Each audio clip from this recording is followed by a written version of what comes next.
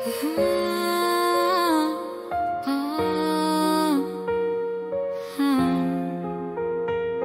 слънчев ден, озарен, разхождах се сред полята и от красотата на нашата майка бях напълно пленен. Изведнъж и зад едно дърво зад мен яви ми се момче. Носеше бяла роба без бели коси, боси нозе.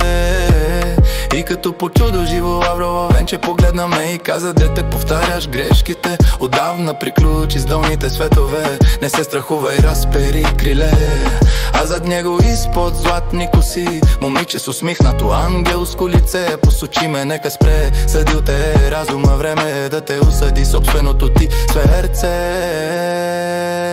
Един слънчев ден, озарен, разхождах се сред полята и от красотата на нашата майка бях напълно пленен.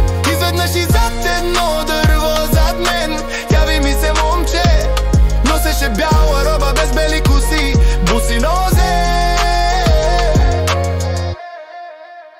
И като по чудо живо лаврово венче погледна ме и каза: дете, повтаряш грешките, отдавна приключи с долните светове. Не се страхувай, разпери криле.